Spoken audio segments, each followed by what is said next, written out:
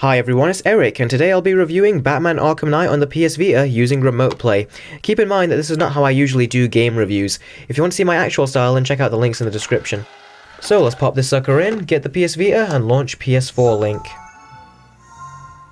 Okay, so here's the game actually on the PS Vita, and it looks really quite good so far, first impressions. And what we're going to start doing first is just free roaming as Batman.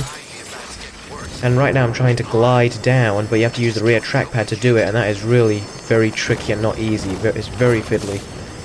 So come on, let's try grappling higher and then try to do it again. There you go. So it's very tricky and not ideal to do that really with the rear trackpad. It doesn't feel very responsive at all.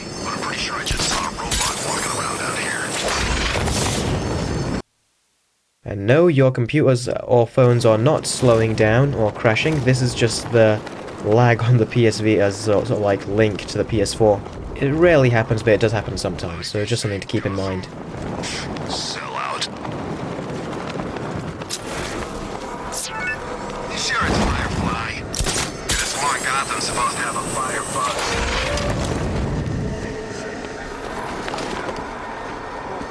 Alright, let's start getting into a fight here. Batman! It's Batman!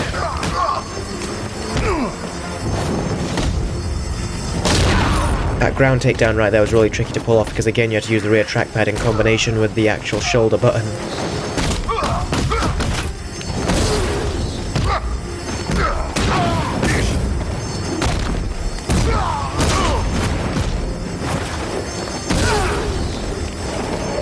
So that's the fight done.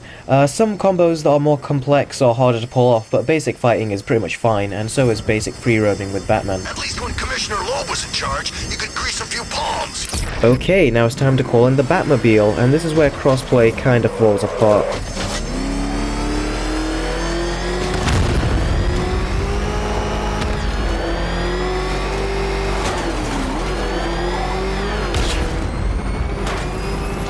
The main reason why this is not very ideal is because you actually have to hold on the back of the trackpad to actually drive the Batmobile, and that alone is definitely not the best of things to actually control it. It's him.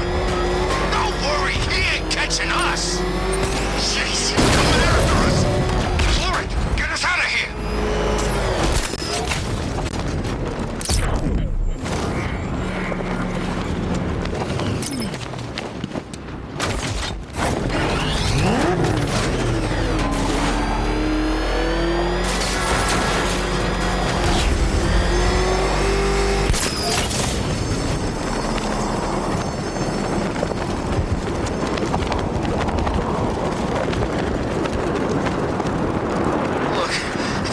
I won't say anything.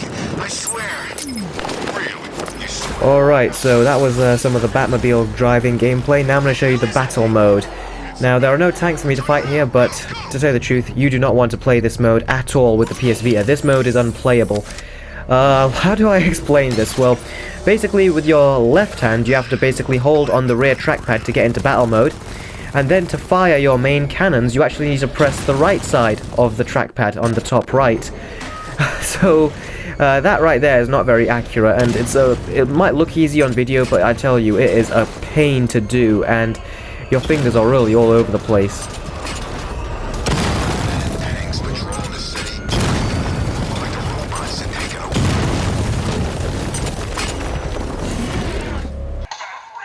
Echo. Okay guys, so that was some gameplay on both free roaming, combat, and the Batmobile in battle mode. So if you want to play this game using the PS Vita's PS4 link feature, then I would only recommend that you do it whenever you're playing as Batman, either free roam or combat. That's where you can get some good amounts of fun out of this, but really everything else, it just falls apart.